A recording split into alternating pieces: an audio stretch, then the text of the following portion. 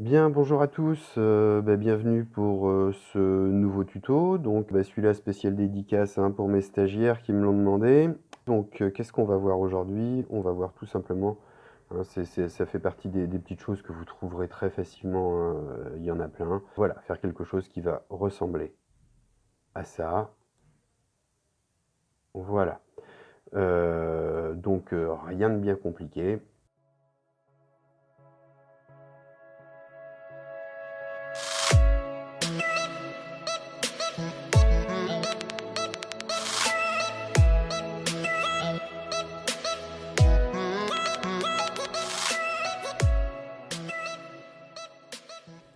Donc on va commencer dans un premier temps par créer un nouveau document PowerPoint que vous allez nommer. Voilà. Donc je clique pour ajouter une première diapositive, je supprime les cadres, hein. Pour ça il suffit de les sélectionner et d'appuyer sur la touche Supr de votre clavier. Donc on se retrouve maintenant avec première diapositive vierge. Je vais commencer par mettre en forme l'arrière-plan, donc ce que je vais faire c'est que je vais chercher la couleur finale que je vais lui donner, et quelque chose d'assez sombre, peut-être comme ça. Ok, bien. Donc maintenant, je vais venir par-dessus mon arrière-plan, venir coller une forme rectangle exactement similaire à mon arrière-plan. Donc voilà. Ce que je fais, c'est que j'enlève le contour de cette forme, et puis je viens en remplissage choisir la même couleur. Bien. Donc l'idée, j'ai bien, hein, si je bouge, d'ailleurs c'est super, c'est pas la même couleur. Je savais que j'allais me gourer de couleur, donc j'imagine que c'est celle-ci. Ok, donc j'ai bien mon arrière-plan plus devant une forme similaire. Je vais réduire un petit peu que vous y voyez quelque chose. Voilà, ok. Donc là, pour le souci du tuto et pour qu'on comprenne mieux, je vais mettre mon arrière-plan plus clair pour que vous compreniez ce qui se passe, et on le remettra de la même couleur tout à l'heure. Bien. Donc l'idée, ça va être de venir trouer cette forme noire qu'on a mis devant avec des lettres. Plutôt que d'insérer directement du texte, on va venir utiliser une petite technique, vous allez voir, qui est relativement simple. Donc là, pour l'instant, je vais insérer une zone de texte, hein, hop, tout bête, plaque. Alors là, je vais essayer d'écrire en blanc parce que sinon on va rien voir. Ok, et puis vous écrivez ce que vous voulez.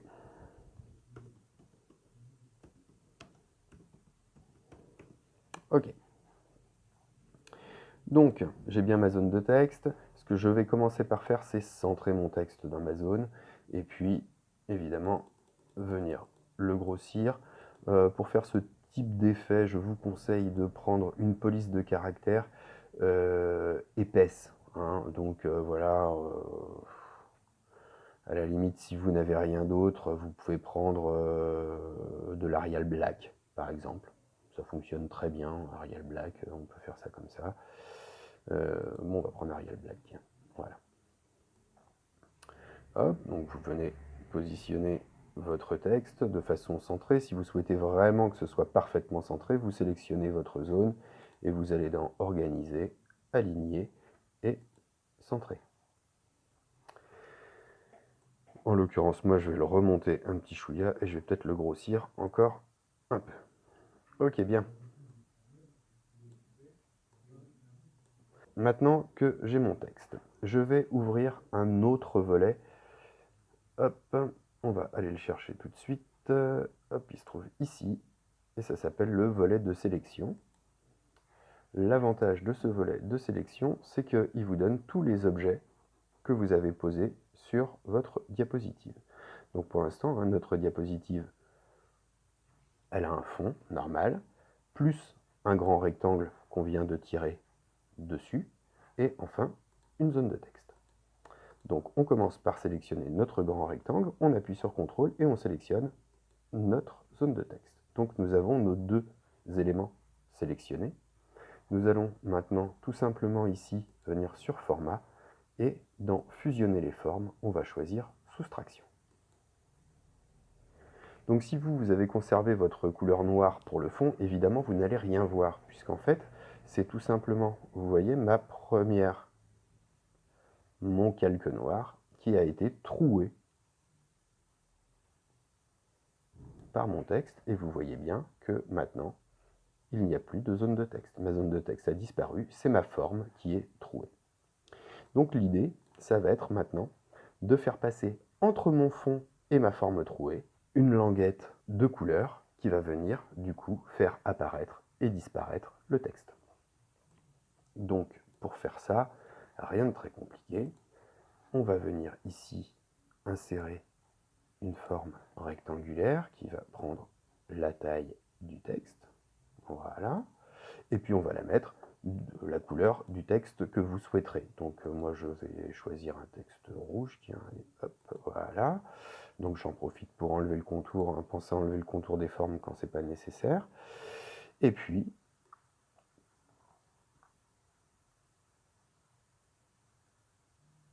je vais venir positionner cette bande ici. Je viens maintenant reculer cette bande. Vous voyez que là, ma bande, je vais la renommer. Pour la renommer, vous cliquez à l'intérieur. Et je vais l'appeler bande rouge, tiens.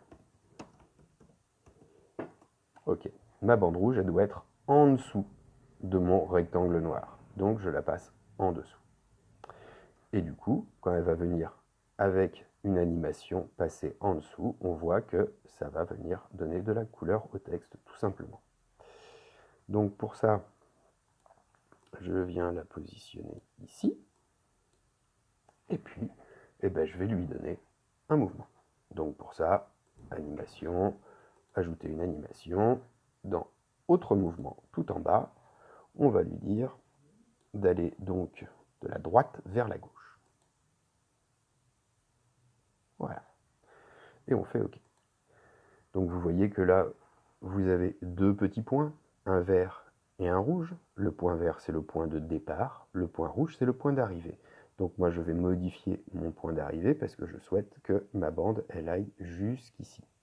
Comme ça. Voilà, très bien. Donc là, maintenant, si on fait lire notre animation, on voit bien que la bande passe en dessous.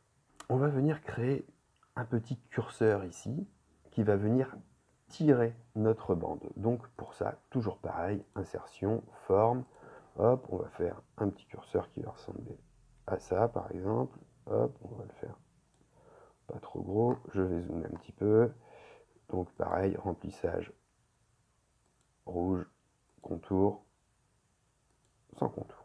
Bien, je dézoome un petit peu, donc ce curseur, je vais venir lui appliquer exactement la même animation, le même mouvement. Donc, animation, ajouter une animation, autre mouvement, et c'est celui-ci. Bien. Donc là, de la même manière, j'ai mon point vert qui symbolise le départ. Je dézoome un petit peu, pas trop. Et j'ai mon point rouge qui signifie l'arrivée. Donc moi, je souhaite évidemment que mon curseur vienne se terminer à peu près ici. Ensuite, il va falloir qu'il fasse le trajet inverse. Donc je vais à nouveau venir lui ajouter une animation pendant qu'on le tient, autre mouvement, et là, ce coup-là, on va choisir droite. Et on va faire OK. Donc comme tout à l'heure, hein, vous avez le point de départ, le point d'arrivée. Donc mon point de départ va être à l'endroit du curseur précédent, et le point d'arrivée va se trouver à l'endroit du curseur de départ. Voilà. On va maintenant faire de même avec cette bande, puisque elle aussi va faire un aller et un retour. Donc du coup, on va de la même manière lui ajouter une nouvelle animation. Donc autre mouvement, animation droite, OK. Donc pareil, le point vert, le point rouge. Donc là, mon point de départ, hein, on se souvient qu'on avait notre bande qui était sur le texte. Et le point d'arrivée, je ne sais plus, je ne le vois plus. Et ben, le point d'arrivée par là, il n'est pas trop mal. Donc, OK. Alors, Maintenant, on voit dans notre volet d'animation que cette première animation, qui concerne donc ma bande rouge, le départ de ma bande rouge, démarre au clic. Alors ce qu'on va faire, c'est qu'on va partir du petit, alors le rectangle 7, je vais le renommer, hein, c'est ce qu'on va pouvoir appeler curseur. Voilà. Comme ça, on s'y retrouvera beaucoup mieux. Donc, l'aller de mon curseur, je vais le passer au-dessus de ma bande rouge. Donc, il se déclenche au clic, c'est très bien. Je veux que ma bande rouge suive mon curseur. Donc, le déclenchement de ma bande rouge, je fais avec la précédente. Le retour, on se base sur le curseur. Au clic, c'est parfait. La bande rouge va suivre le curseur, donc avec la précédente. Bien. On va pouvoir venir quand même faire quelques réglages. On va venir ici et on va pouvoir éventuellement régler un petit peu la fin en douceur. Aussi bien... Ah oui, pour le curseur, ça serait bien qu'il y ait un petit début en douceur. En même temps, 1-1, c'était pas si mal. 1-1, c'était pas si mal. Voilà. Ok. Voilà ce que ça donne. Très bien. Pour ma bande, est-ce que 1-1, bah c'est pareil. Donc on n'est pas trop mal. On n'est pas trop mal. Donc on va visualiser, on va voir ce que ça donne. Voilà. Et voilà, nickel. Bien. En sachant que moi, j'ai mon arrière-plan qui n'est pas normalement encore de la bonne couleur. Donc je vais tout simplement bouger ça. Je vais faire un clic droit sur mon arrière-plan, mise en forme de l'arrière-plan, et je vais le remettre de la couleur d'origine. Je vais venir replacer mon carré correctement devant. On va retester. Super. Super, non pas super. Hop, là ça va. Non. Là du coup, j'ai ma bande qui dépasse mon curseur, donc je vais la retarder un petit peu, parce que la bande va plus vite que le curseur, ça ne me convient pas. Donc vous pouvez vous faire aussi attraper, je cherchais mon petit point rouge et il était beaucoup trop loin. Donc du coup, hein, ça fait que ma forme part tellement loin que, comme elle a plus de chemin à faire avec la même durée, et bien résultat, on a l'impression qu'elle va beaucoup plus vite. Donc voilà, je pense que là, ça devrait fonctionner un petit peu mieux. Décidément.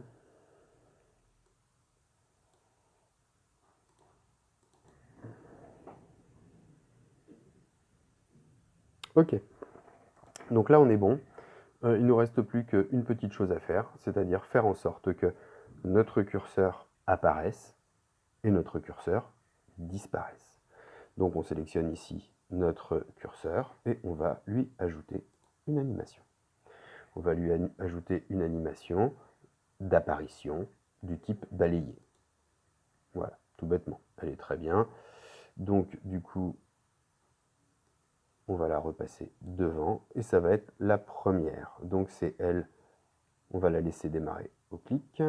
On va reprendre à nouveau notre curseur et on va lui donner une animation, cette fois de disparition, pour que à la fin de notre animation, notre curseur disparaisse. Donc ajouter une animation, on va prendre exactement la même, balayer, mais cette fois-ci en disparition. Voilà, très bien. Donc là, celle-ci, on va lui dire de démarrer par contre avec la précédente et on va venir ici la positionner un petit peu après. Voilà, par exemple, comme ça.